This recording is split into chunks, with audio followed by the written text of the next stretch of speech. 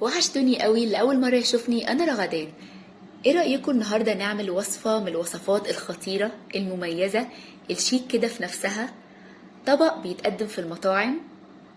الوصفه دي وصفه ايطاليه. تعالوا نعمل مع بعض الباستيشيو او كوزاميه بالفراخ.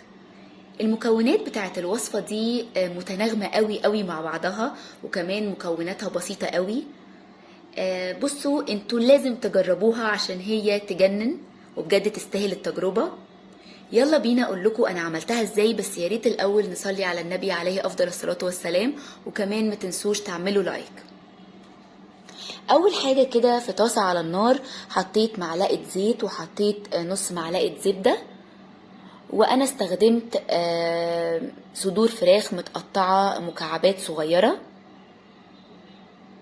قطعتها كده مكعبات صغيرة وهستنى لغاية ما الزبدة تسيح، وبعدين بقى هحط الفراخ.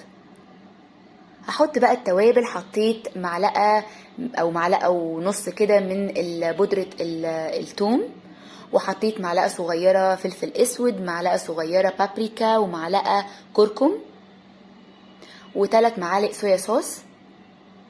هنفضل بقى نقلب في الفراخ كده على نار مايلة ان هي تبقى عالية شوية، وقبل ما تستوي كده بدقيقة هحط الملح.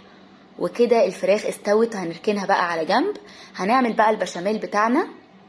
انا بحب دايما البشاميل اعمله على البارد عشان بياخد دهون اقل فبيبقى احسن بكتير. حطيت اللبن والدقيق وهضربهم كده بالويسك لسه على البارد قبل ما ارفعهم على النار.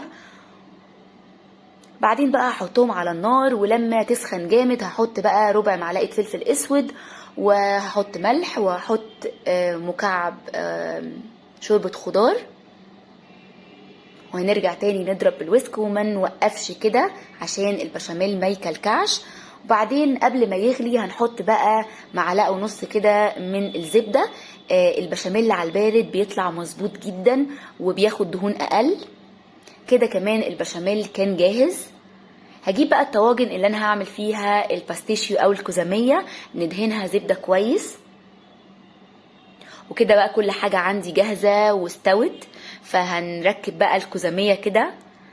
انا استخدمت بطاطس نص مقلية، بحط عليها معلقة ومعلقتين زيت وبدخلها الفرن او بحطها في الاير فراير. تقدروا تستخدموا بطاطس فريش عادي تقطعوها وتقلوها، بس التحمير ما يبقاش يعني ما تحمروهاش زيادة. دي اول حاجة هنستخدمها. الاول هنحط بشاميل تحت كده في كل طاجن، تقدروا برضو تعملوها في صينية على بعض. هنحط كده شوية بشاميل تحت، وبعدين هنحط البطاطس. وبعد ما نحط بقى البطاطس كده تحت اول طبقة، هنحط برضو بشاميل عليها تاني.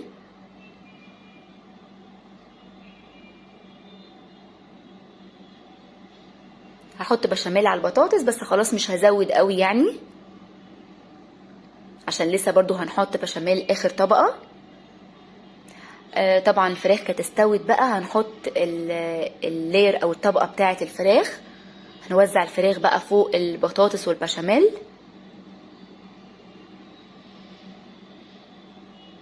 بعد كده بقى الطبقة اللي بعد الفراخ هتبقى التركي المدخن. انا جبت تركي فرمته كده وقطعته عشان بصوا الشرايح تبقى بصوا طويلة كده. بعد كده بقى هحط التركي ده.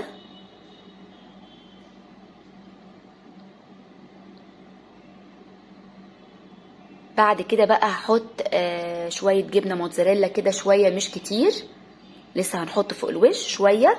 وبعد كده بقى هحط البشاميل. نحط كده بشاميل كويس. طبعا بصوا البشاميل سمكه عامل ازاي، لا هو خفيف قوي ولا تقيل زيادة. السمك ده مظبوط جدا. احنا بنقدر نتحكم واحنا بنعمل بشاميل، لقيناه تقيل فبنقدر نزود لبن او شوربه لغايه ما يبقى السمك مظبوط، عشان هو لو خفيف زياده هيرقد تحت، ولو تقيل زياده ما بيبقاش حلو، ما بيبقاش كريمي كده. خلاص انا كده حطيت البشاميل وحطيت عليه الجبنه الموتزاريلا فوق الوش. كده بقى هو جاهز ان هو يدخل الفرن. انا حطيته في الفرن في الرف اللي تحت، ولعت فوق وتحت مع بعض، خد اقل من نص ساعه لغايه بقى كده ما كمان ياخد لون حلو من فوق، وبقى بالمنظر الخطير اللي انتوا شايفينه ده. على فكرة هو مش بس شكله، هو طعمه خطير. يعني الطبق ده والوصفة دي تجنن.